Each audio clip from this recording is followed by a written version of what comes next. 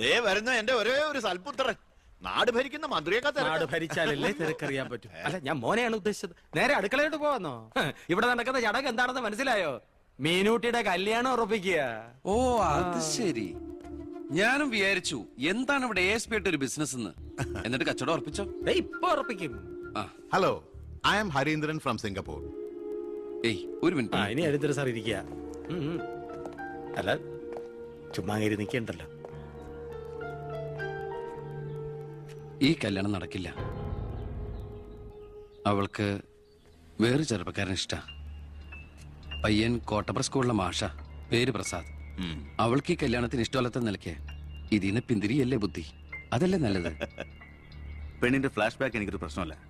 അല്ല, ഇതിൽ ഇടപെടാൻ താനാരാ? ഞാൻ അവളുടെ ഓരോ ആങ്ങളാ. എനിക്ക് പെണ്ണിന്റെ അച്ഛനുമായിട്ട് അടിയില്. ഇവിടുത്തെ മന്ത്രിക്ക് ഒരു IPS കാരനെ ആവശ്യം. എനിക്കൊരു മന്ത്രി, ഒരു ഗിവ് ആൻഡ് ടേക്ക് പോളിസി. ഓ, അത് ശരി. അങ്ങനെ ഒരു ബന്ധമാണ് അച്ഛനും നിങ്ങളും ആഗ്രഹിക്കുന്നെങ്കില് നിങ്ങക്ക് തമ്മിലാണ് കല്യാണം കഴിച്ചൂടെ? ഒരു ഗിവ് ആൻഡ് ടേക്ക്. അയ്യോ, ഞാനില്ല, എന്നെ ഒഴിവാക്കിയേക്ക്. നിങ്ങൾ തമ്മിലാവുമ്പോ നല്ല ചർച്ചയായിരിക്കും. മേഡ് ഫോർ ഈച്ച് അതറാ. അവൻ ചിരിച്ചോണ്ടാ ഇടപഴകുന്നേ. കുഴപ്പമില്ലെന്ന് തോന്നുന്നു. ചിരിച്ചോണ്ട് പൊളിച്ച തെറി പറയാനും എടുക്കനാ മകനെ. വാ മോളെ. നമ്മൾ എന്തായാലും ഈ കല്യാണം നടത്താൻ പോണില്ല. പിന്നെ എന്തിനാ വേഷം കെട്ടില്ലേ? മോളാത്തേക്ക് അച്ഛന്റെ വെറും നേരം പൊക്കളല്ലേ ഇതൊക്കെ. ചുമ്മാ അമ്മേ. ആ, അപ്പൊ ഇറങ്ങല്ലേ? അവിടെ ASP മോൻ പോവാൻ ധൃതി കാണിക്കണോ? ചെല്ലെ. നീ ഞങ്ങളെ അവമാനിക്കാൻ മനഃപൂർവ്വം കച്ചകെട്ടി ഇറങ്ങിയിരിക്കണോ?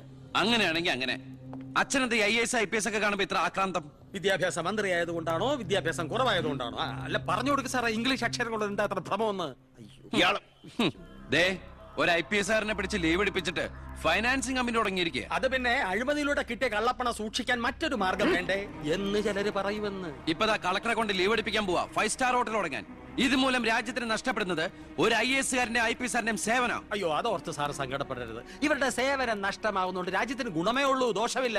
അത് മോൻ സാർ മനസ്സിലാക്കണം. അച്ഛന് വെട്ടിപ്പിടിക്കാനും ഷോ കാണിക്കാനും എന്തിനാ സ്വന്തം കുട്ടികളുടെ ഇഷ്ടങ്ങൾ കുരുതി കൊടുക്കുന്നത്? അച്ഛനോട് ഞാൻ പറഞ്ഞല്ലേ മീനുട്ടിയുടെ ഇഷ്ടത്തെ കുറിച്ച്. ഇനിയെങ്കിലും അച്ഛൻ അവൾ ആഗ്രഹിച്ച കല്യാണം നടത്തി കൊടുക്കുക. ഇല്ല, ഞാൻ ജീവിച്ചിരിക്കുമ്പോ ഞാൻ തീരുമാനിച്ച കല്യാണം നടക്കൂ. എന്തിനാ അച്ഛൻ എത്ര വാശി? ഞാനും അച്ഛന്റെ മോൻ തന്നെയാ. അതേ വാശി തന്നെ ഞാൻ പറയാ.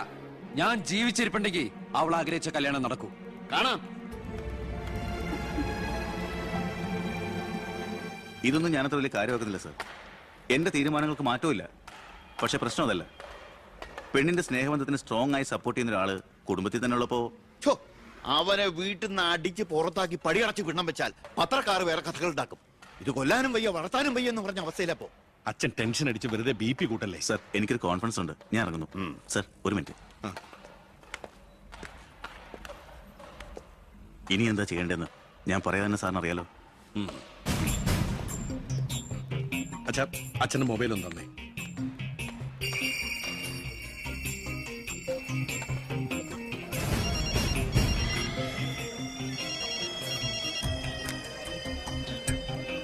ഹലോ. പൗത്രന് പേര് പ്രസാദ്. കോട്ടപ്പുറം UP സ്കൂളിലെ കണക്ക് വാദ്യാൻ. രാഷ്ട്രീയ വൈരാഗ്യം. പിന്നെ വിവരങ്ങൾ അപ്പപ്പ തന്നെ അറിയിക്കണം. നീ ഇപ്പൊ എന്ത് ചെയ്യാൻ പോവാ? അച്ഛൻ ആരുടെ മുമ്പിലും തല കുനിക്കുന്നത് കാണാൻ എനിക്ക് വയ്യ. നമ്മുടെ മീനുവിന്റെ കല്യാണം മാന്യമായി നടത്തണ്ടേ അച്ഛാ?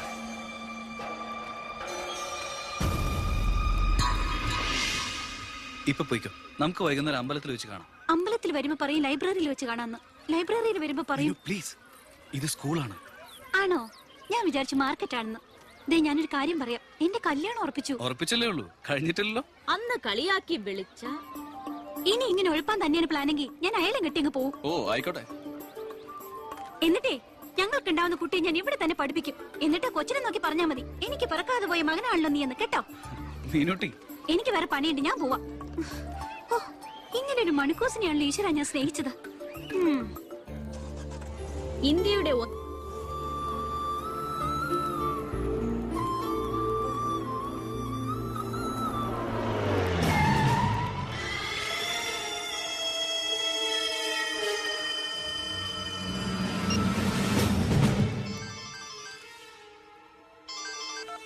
ഹലോ.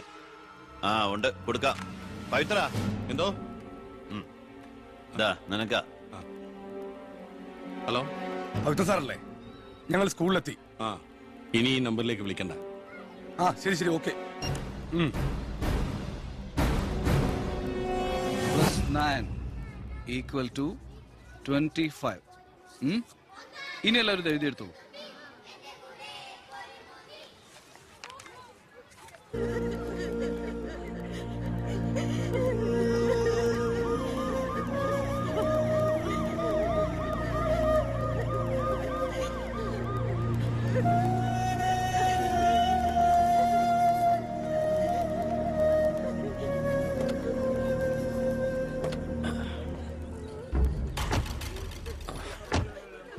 എന്താടോ ചത്തവന്റെ പേര്? പ്രസാദ്. അച്ഛന്റെ പേര് നാരായണൻ.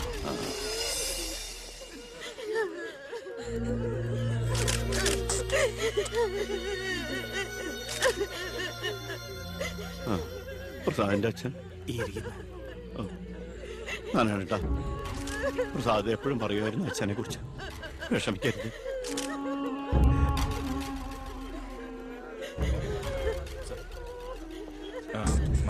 എക്സ്ക്യൂസ് മീ സാർ, പ്രസാദിന്റെ കൊലപാതകത്തെ കുറിച്ച് എന്തെങ്കിലും?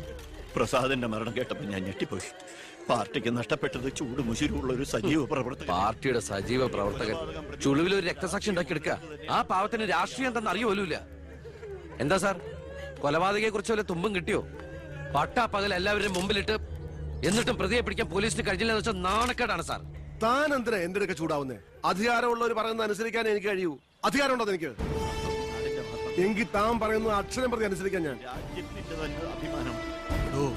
കൊലപാതകയെ പറ്റി വ്യക്തമായ സൂചന എനിക്ക് ലഭിച്ചിട്ടുണ്ട്. എങ്കിൽ പിന്നെ സാറിനെ അവരെ അറസ്റ്റ് ചെയ്തൂടെ? വെറുതെ അറസ്റ്റ് ചെയ്തിട്ട് കാര്യമൊന്നുമില്ല. സാക്ഷികൾ വേണം. അല്ലെങ്കിൽ കോടതിയിൽ നിന്ന് പുല്ല് പോലും ഇറങ്ങിപ്പോരും. സാക്ഷി പറയാൻ ആളുണ്ടാവണം. ആരും ഉണ്ടാവില്ല. ഉണ്ടെങ്കിലോ അധികാരികളുടെ ഒക്കെ ഉത്തരവിന് മേലെ നിന്നുകൊണ്ട് ഞാൻ പ്രതിയെ കസ്റ്റഡിയിലെടുക്കാം. ശിക്ഷ വാങ്ങിക്കൊടുക്കാം. കുട്ടികളുടെ മുന്നിലിട്ട് കുട്ടികളുടെ ഷോക്ക് ഇതുവരെ വിട്ടുമാറിയിട്ടില്ല. പ്രസാദിന്റെ അച്ഛനും അമ്മയും പെങ്ങളും ഒക്കെ അവരുടെ കണ്ണീര് നമുക്ക് കണ്ടില്ലെന്ന് നടിക്കാൻ പറ്റുമോ? വേണ്ട കുഞ്ഞെ, അവരൊക്കെ വലിയ വലിയ ആളുകളാ. എനിക്ക് ഇവളല്ലാതെ വേറെ ആരുമില്ല. കൊള്ളാവുന്ന ഒരുത്തരെ ഇവളെ കൈപിടിച്ചു കൊടുത്ത് മനസമാധാനത്തോടെ മരിക്കണം എന്നാ എന്റെ ആഗ്രഹം. ശരി, പ്രസാദിന്റെ കൊലപാതകത്തിൽ നിന്ന് നമുക്കങ്ങനെ ഒഴിഞ്ഞു മാറാൻ പറ്റൂ? ഒരു തരത്തിലും നമുക്കില്ലേ പങ്ക്? താൻ ഒരാൾ വിചാരിച്ചാല് കൊലപാതകയെ കോടതിയുടെ മുമ്പിൽ കൊണ്ടുവരാൻ പറ്റും, വ്യക്തമായ സാക്ഷിമൊഴികളോടെ. എന്നെ വിശ്വാസമില്ല ശരിക്ക്. ഞാൻ വരാം. ഏത് കോടതിയിൽ വേണമെങ്കിലും. മോളെ, ഒരു കുഴപ്പമുണ്ടാവില്ലമ്മേ.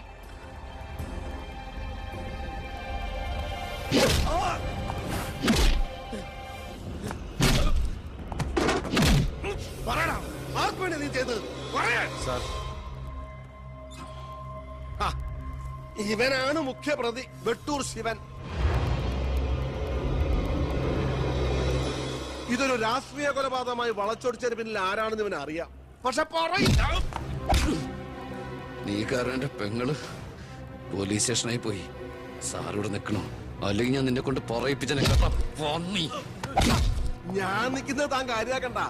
കൊടുക്കടോ. തന്റെ പെങ്ങളെ കെട്ടായിരുന്നവനല്ലേ ഇവൻ കൊന്നത്. അപ്പൊ പിന്നെ ഞാൻ ഇടിക്കുന്നതിനേക്കാളും പവർ തന്റെ കഴിക്കാം. നോക്കി നിൽക്കാതെ കൊടുക്കണോ?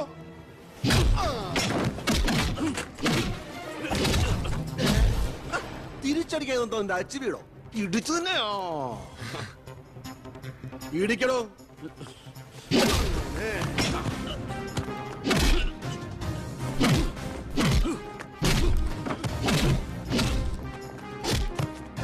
എന്താണോ നോക്കി നിൽക്കുന്നത്? ആ ട്യൂബ് മാറ്റിയിടാൻ പറഞ്ഞത് എത്ര ദിവസമായി? പോയി മാറ്റിട്ടോ.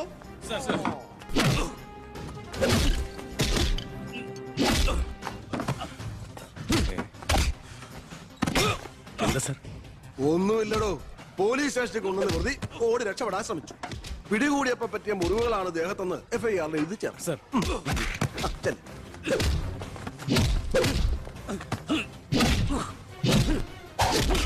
പറയടാ, ആര് പറഞ്ഞിട്ടാണ് നീ ചെയ്തത്? പറയാൻ ആരാടാ നിന്റെയൊക്കെ പിന്നിൽ? മതി മതി. ഒരു ചാൻസ് കിട്ടിയെന്ന് വെച്ച് ഓവറാക്കരുത്. അവൻ ചത്തുപോവും. പിന്നെ ലോകം മർദ്ദനം, CAക്ക് സസ്പെൻഷൻ. വെറുതെ എന്തിനാ എന്റെ കഞ്ഞിയില്? തൽക്കാലം ഇവനൊന്ന് റെസ്റ്റ് എടുക്കട്ടെ. എനിക്ക് അവന്റെ മേലെ കുറച്ച് പണിയുണ്ട്. എന്നിട്ട് ഞാൻ അവനെ കൂടെ സത്യം പറയിപ്പിച്ചോളാം. താൻ ചെല്ലേ.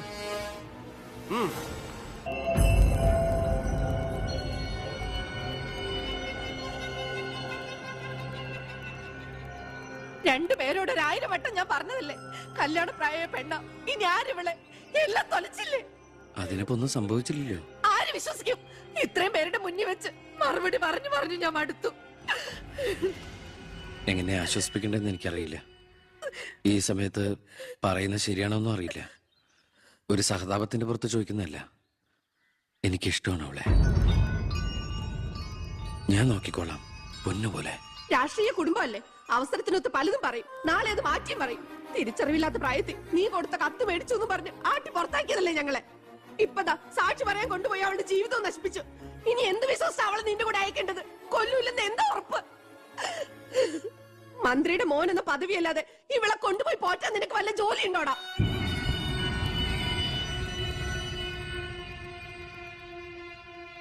ഇനി മേലാൽ ഇമാതിരി വർത്താനം പറഞ്ഞ് ഈ വീടിന്റെ പരിസരത്തെങ്ങാനും വന്ന ദേവകിയുടെ ശരിക്കുള്ള സ്വഭാവം നീ അറിയും. അമ്മേ, നീ ഒന്നും ഉണ്ടായിരടി. ഇറങ്ങി പോകുന്നുണ്ടോ?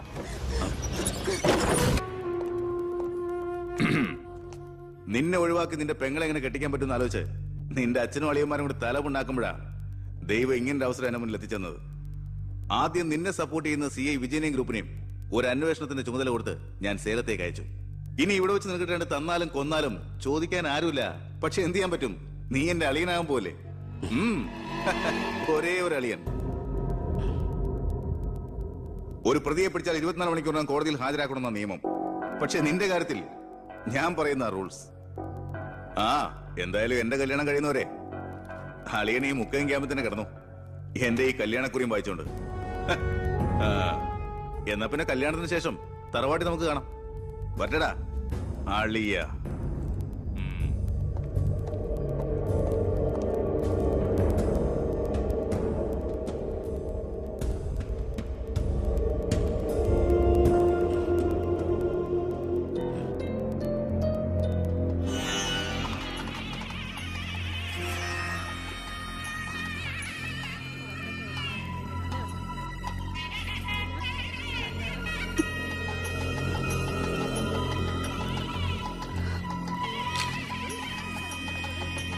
ഇതുവരെ റെഡി ആയില്ലേ? വരണം കൂട്ടർ ഇപ്പൊ ഇങ്ങ് എത്തും. ഉണ്ണിയെ കുറിച്ച് വല്ല വിവരവും കിട്ടിയോ? ഫോണിൽ കിട്ടിയപ്പോ ഞാൻ വിവരം പറഞ്ഞതാ. അവനിതോ തിരക്കിലാണ്, വരാൻ പറ്റില്ല എന്ന് പറഞ്ഞു. അത് ശരി. സ്വന്തം പെങ്ങളുടെ കല്യാണത്തിനൊന്നും അവന്റെ ഒരു തിരക്ക്. അവനിങ്ങ് വരട്ടെ. പബ്ലിക് വല്ല അടിച്ചു കയറുന്ന ഓഡിറ്റോറിയത്തിന് ഫുൾ. അതൊക്കെ ഞാൻ നോക്കിക്കോളാം, വേറെ കുഴപ്പമൊന്നുമില്ലല്ലേ. മക്കളെ എല്ലാം റെഡിയാ? കുഴപ്പമൊന്നുമില്ലല്ലേ? അച്ഛൻ ടെൻഷൻ അടിക്കാതെ. 2-3 VIP സീറ്റുകൾ ഒഴിച്ചിടണം. കേന്ദ്രമന്ത്രി വിശാൽ ശർമ്മ എയർപോർട്ടിൽ എത്തിക്കാനായിട്ടും. ഓക്കെ.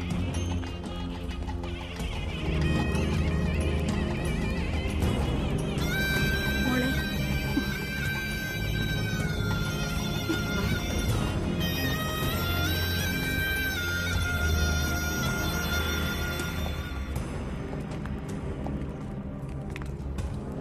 7 ദിവസം മുഖ്യം ക്യാമ്പിൽ കടത്തിയിട്ട് ജഡ്ജ്മെന്റ് പറഞ്ഞു കേട്ടില്ലേ, ഇന്നലെ ഉച്ചയ്ക്ക് കസ്റ്റഡിയിൽ എടുത്താണെന്ന്. എന്തായാലും FIR ശിക്ഷ ഇളവ് കിട്ടാനുള്ള ചാർജേ ഉള്ളൂ. നിന്നെ ഒഴിവാക്കി നിന്റെ പെങ്ങളുടെ കല്യാണം നടത്താനുള്ള തന്ത്രമായിരുന്നു അതിന് പിന്നിൽ. അത് വെറും കല്യാണമായിരുന്നില്ല. കേന്ദ്രം ഭരിക്കുന്നവരടക്കം കേരളത്തിലെ സകല മന്ത്രിമാരുണ്ടായിരുന്നു. ആരുണ്ടായാലും എന്താ, ഒരേ ഒരു മകനെ ജയിലിൽ അടച്ചിട്ടല്ലേ.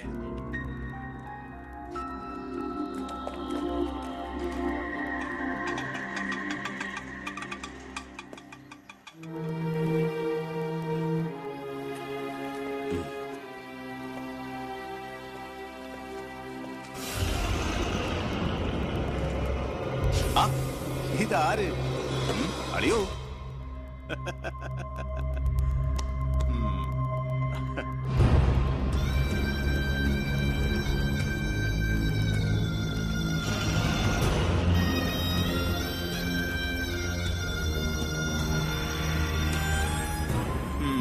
ഒരു ദൂരയാത്ര കഴിഞ്ഞ് വരുന്ന ലക്ഷണമുണ്ടല്ലോ. അളിയൻ ഇത്രയും ദിവസം എവിടെയായിരുന്നു? നീ ഇങ്ങനെ നോക്കി നിൽക്കുന്ന അളിയനെ പോയി ഒരു ചൂട് ചായ എടുത്തോണ്ട് വാ. ചെല്ല്. എന്തിനാ ഇപ്പൊ ഇങ്ങോട്ട് വന്നത്? കാണണ്ട നിന്നെ എനിക്ക്. വീട്ടിലൊരു നല്ല കാര്യം നടക്കുമ്പോ നാട് നന്നാക്കാൻ നടക്കുന്നു. മന്ത്രിയായി നിന്റെ അച്ഛനൊക്കെ തിരക്കുണ്ടോടോ നിനക്ക്? ഞാനില്ലായിരുന്നെങ്കിൽ എന്താമേ, ഇവിടുത്തെ കാര്യങ്ങളൊക്കെ ഭംഗിയായിട്ട് നടത്താൻ എല്ലാരും ഉണ്ടല്ലോ.